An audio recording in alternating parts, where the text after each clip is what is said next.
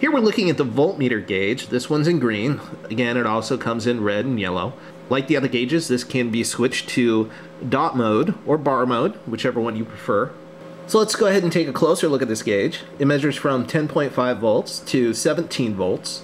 One of the nice things about this gauge is it helps you be able to diagnose your charging system and battery.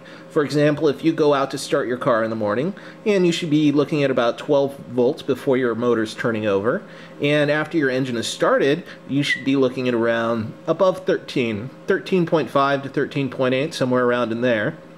If you don't see that happen, if the voltage doesn't go up, that's a sign that you have an alternator going bad or is bad, and that means that your battery isn't going to be getting charged.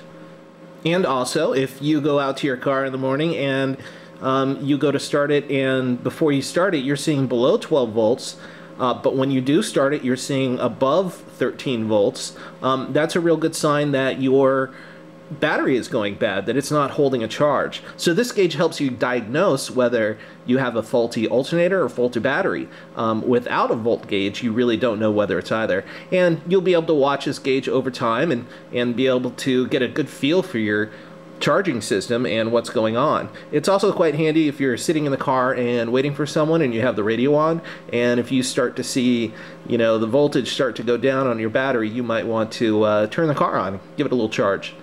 And this gauge will also warn you if you have a faulty voltage regulator and you are in an overvolt situation, which isn't good for the electronics in your car.